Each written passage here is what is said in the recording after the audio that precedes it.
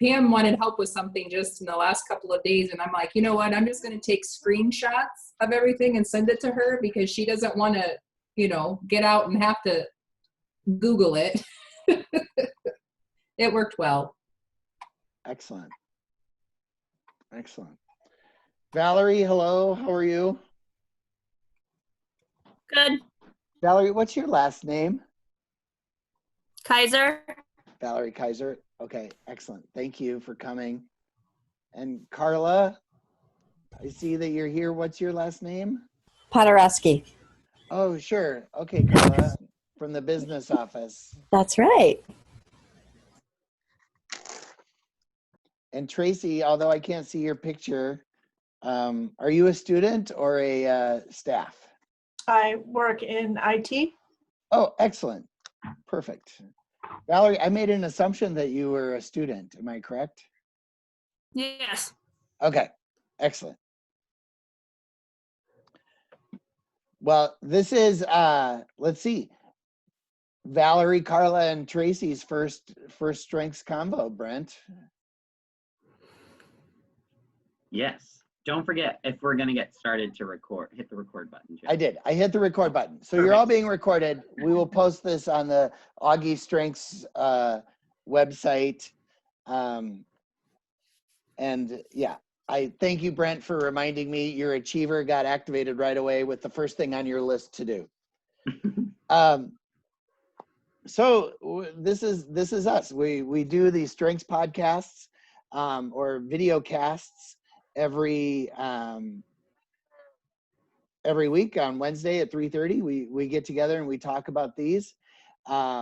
This week we're talking about achiever.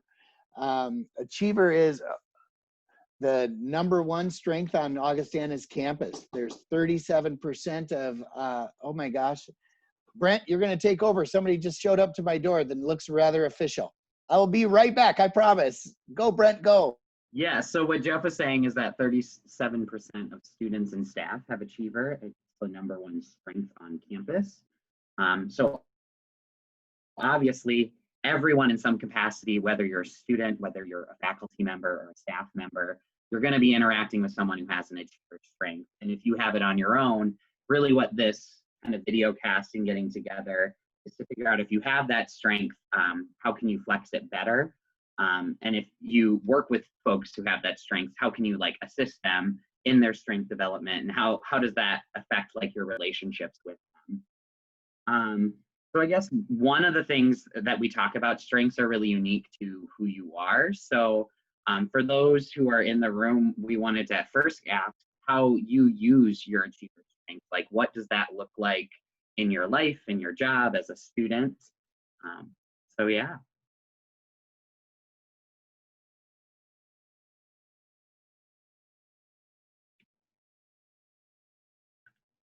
I guess I can speak to my achiever. One of the things that I do, because I have achiever, I think it's my 3rd strength. I do a lot of list making and checking off of the list. And I know there are some days where that doesn't always happen. Like the weekend, I don't feel like I usually have a checklist.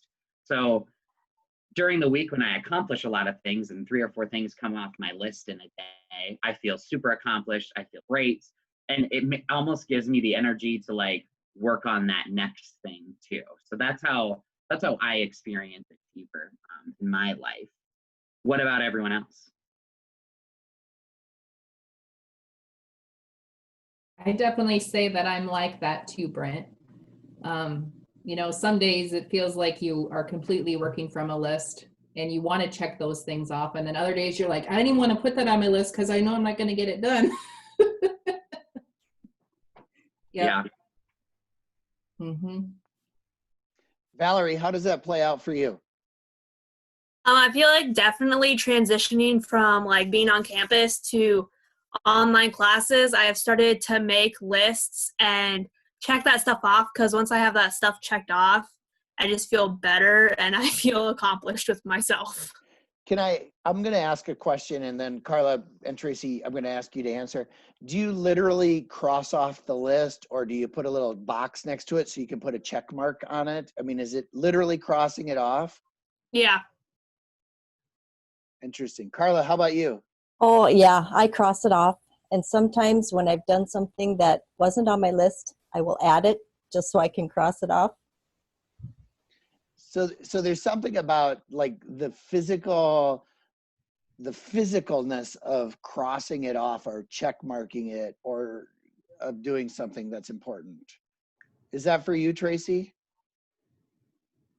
I think so. I tend to then compile lists. So, then you've got a list where 90, 80%, 90% of the stuff's crossed off. And then that it just is clutter to me. So I start a new one with the new things. But yeah, I agree with everyone. It definitely is a list making focus. And every day at the end of my work day, kind of prioritizing items for the next day, that type of thing on a next day kind of list. So, yeah. I think that was one of Stephen Covey's big things for his 7 habits was to write a list at the end of your day that starts your next day so that you would have that.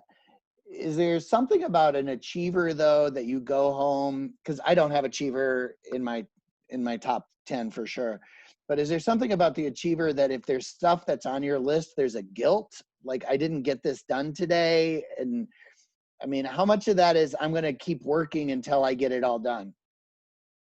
Or you move it over to the next day. So and then you can, feel super guilty when you have to move it over to the third day. okay. I mean, Yeah. so the question is, and maybe this moves into a little bit of how to manage that. What is it about the items that get moved on to the third day that you should be paying attention to? Because are they just either they're too burdensome, or it was just a longer project and it needed time, or is there something about the project itself that you don't get energy from that you need to figure out, in a strengths environment? How do I put this off my list? How do I get it to somebody else's plate? Because somebody else might get extra energy from doing that project. Well, I would say for me, it's not necessarily less of a priority to me, but if I'm putting things in priority for, let's say, scheduling, for instance, there's these other things that need to be done first. That's maybe more of a priority than this project. Okay. And it's just having to push it off because this one is a future in advance, not right now thing that needs to be addressed. Okay. So it becomes a prioritization. This didn't need to get done today, Right. so I can move it on. And I can move it on. Yeah, even though in the top of my head, when I was making the list for the day, it's like, I really want to get this done today, but due to time constraints, it just didn't get done. Yeah. But then there's those other projects too that I have on my list, and I'm like, I need to put more thought into that, because how do I want to do this?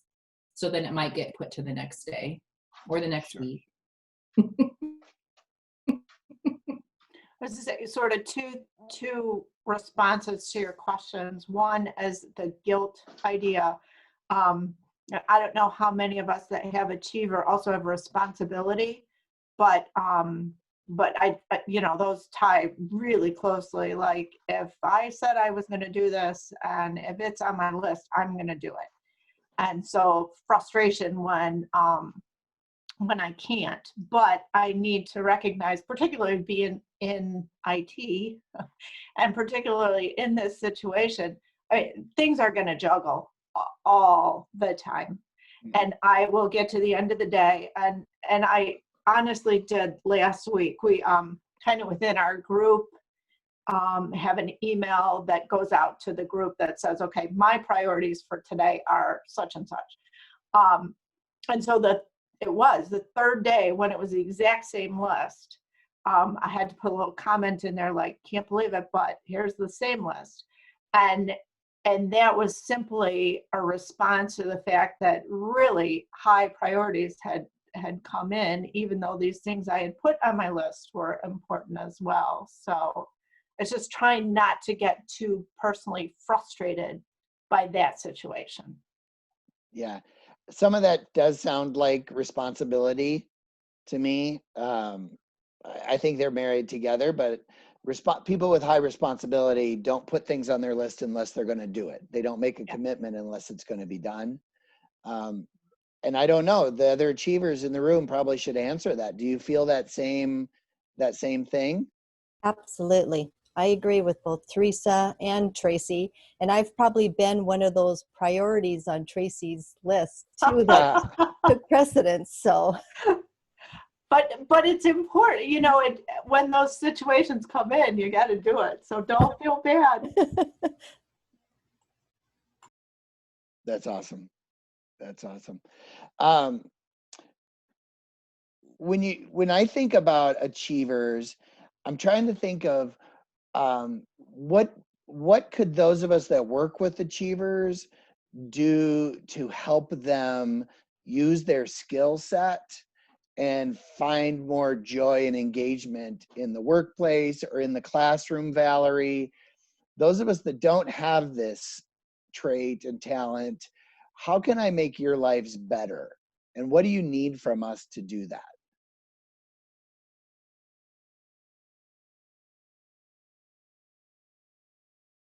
And I know that's a really rough question because achievers, number one, I don't need anything because I got this, is their first response. Like, I'm good, just start throwing stuff my way.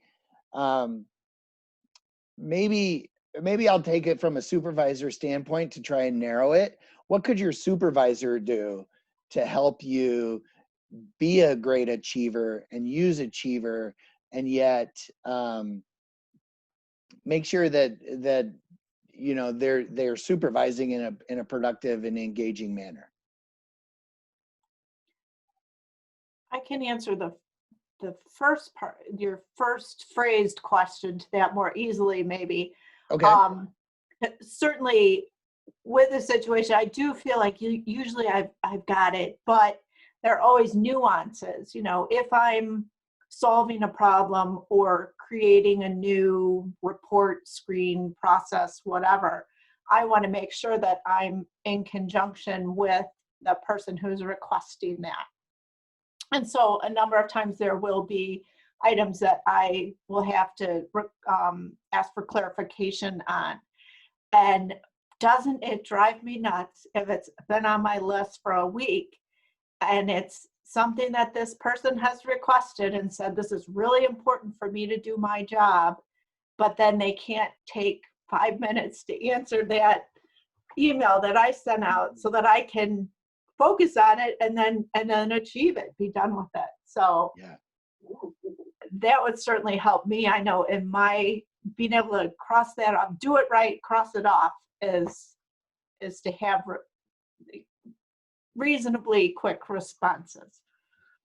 Yeah. Or even just like sharing, how much of a priority is this? Is this just something that we need to do sometime, or is this contingent on getting this done because A, B, and C need to follow after? So that's part of a mutual relationship then with whomever you're working with, is to ask for clarification on that so that you know how to prioritize it and so that they maybe can process through, because I don't have the same sensibilities as that. So I don't think about that in the same way. You're thinking about, I need a timeline, or I need to know how much of a priority or how high on the list do I need to put this. I'm not thinking of it in the same way. So it's part of the relationship between you and whomever you're working with, is to ask for that. Mm-hmm. Right. And to have a relationship that you can trust in saying, I need help understanding how much of a priority this is, or is this a get it done by the end of the month or get it done by the end of the week kind of thing. Mm-hmm. Correct. Yeah, I think that time focus is really helpful. And I know it's not it's not an ease when you're working with someone and you don't get an email back, but sometimes I even just write out like sub things within the overall goal of like, did I email this person again? Or do I need to follow up every week until you get a reply? Like, sometimes that's the best you can do, unfortunately.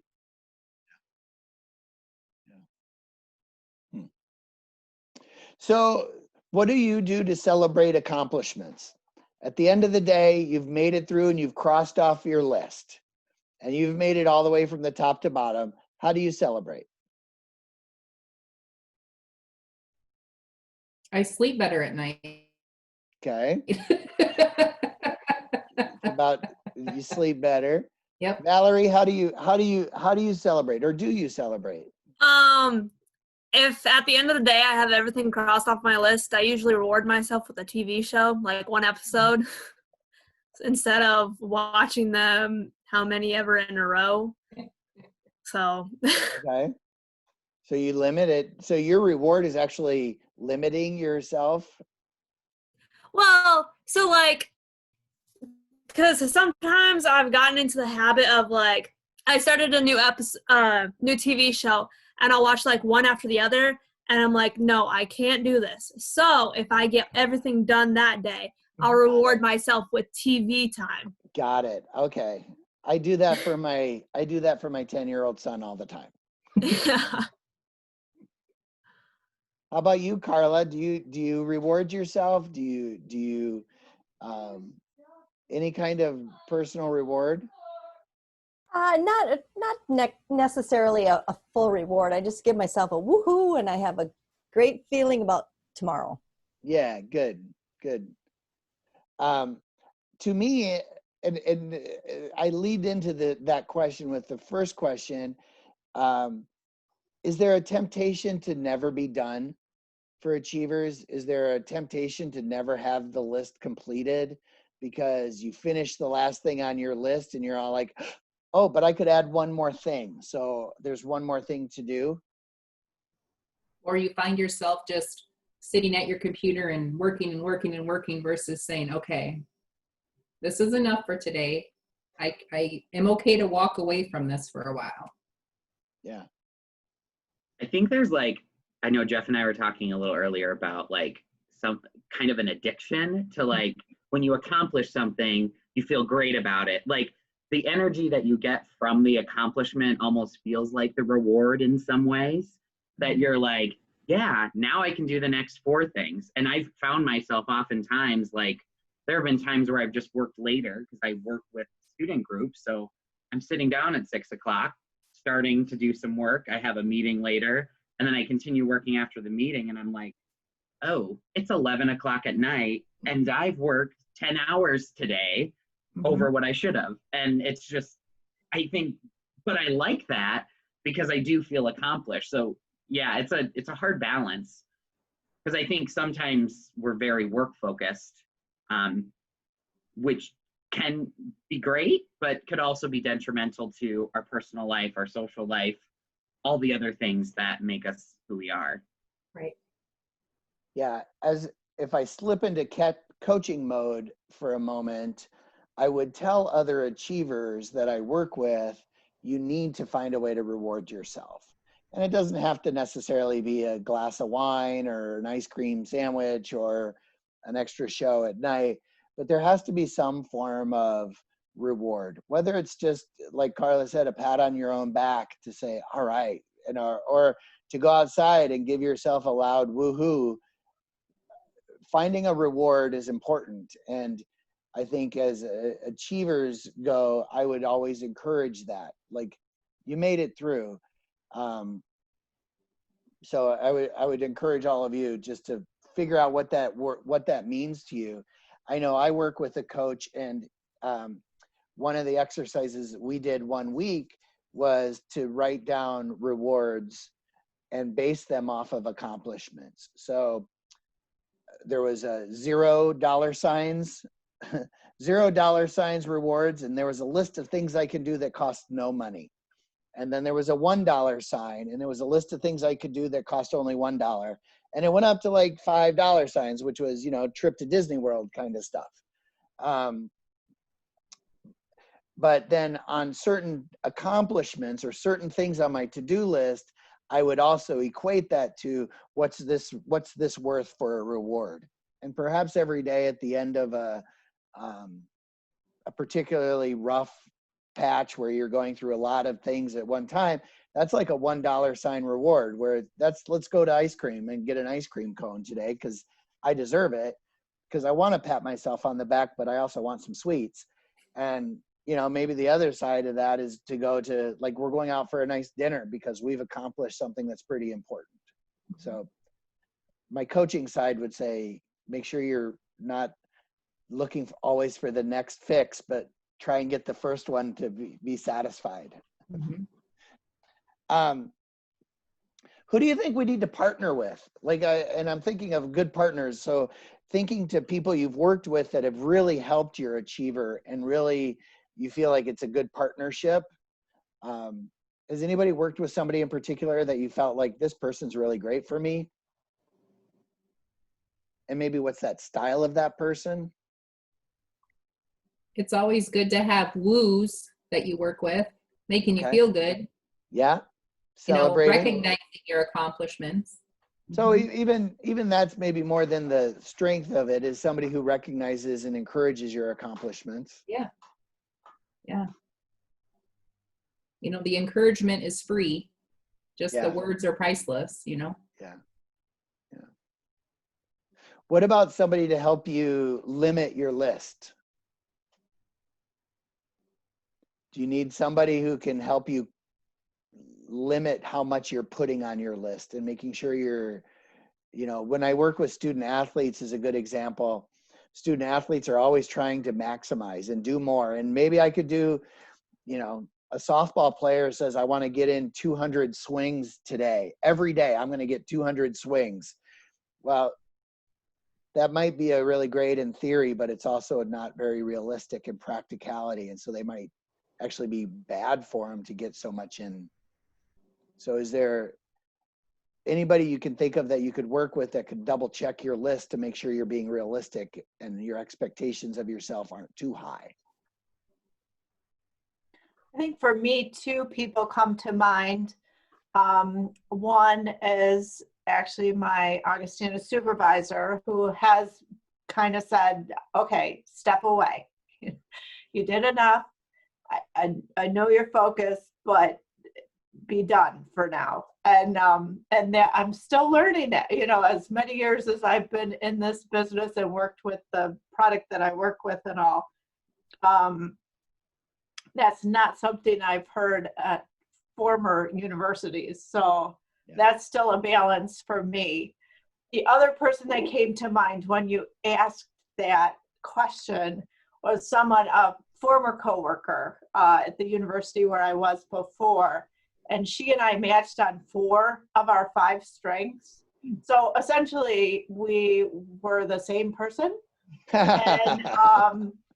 And there were times where we could just tell, you know, one of us had something else going on at home or with a different situation or just work, or whatever. And it would just be like, you know what, let me take that from you. And that was the absolute best situation ever because we really worked so well together. I know it's totally unrealistic to find that, but it was great when I had it. Well, good. I think, Tracy, I'm not sure I would fall for the it's unrealistic. I think it's something that you need to ask for. I think there are a lot of people that are willing to give it. And I think it's something that we need to, when you know it's something that you want, it's okay, especially in a strengths environment like Augustana's building, to go out and ask for those things. Because and maybe I don't mean that so much as just it's unrealistic to find someone to whom you're so closely matched. There you go. And in your same department and that type of thing. But I do hear what you're saying, and that's a really good point too. So I think I'm coming up to my last question that I'm going to kind of jump out, and this is to talk about the shadow side of achiever. Is, are there parts of your life that suffer because of your achiever? Any struggles that you think, you know, for every strength that we know, there's also a shadow side to it. Is my achiever is a great asset, and you know, but what part of your life suffers because of it?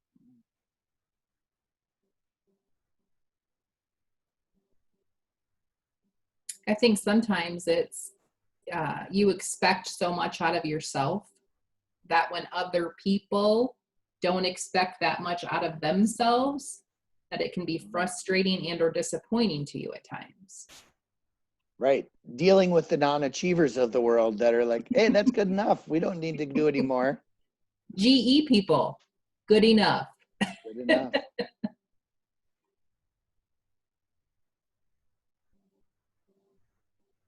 What else? What else do you think is a struggle for those achievers, or parts of your life that aren't great because of it?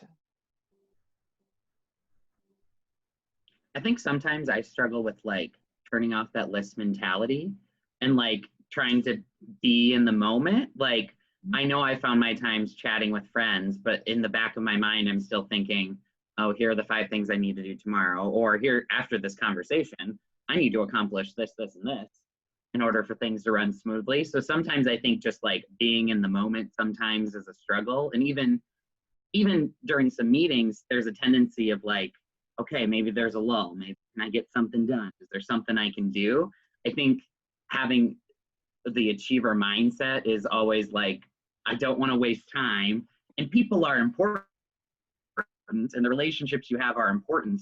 But I think trying to refocus achiever towards your relationships, towards those interactions, like, I think that can be done, but I know it's something I've struggled to do. Because I think one of the things is that like tasks or getting things done are more important than people. That's like an impression that we can give off just because we are very task oriented and checklist oriented.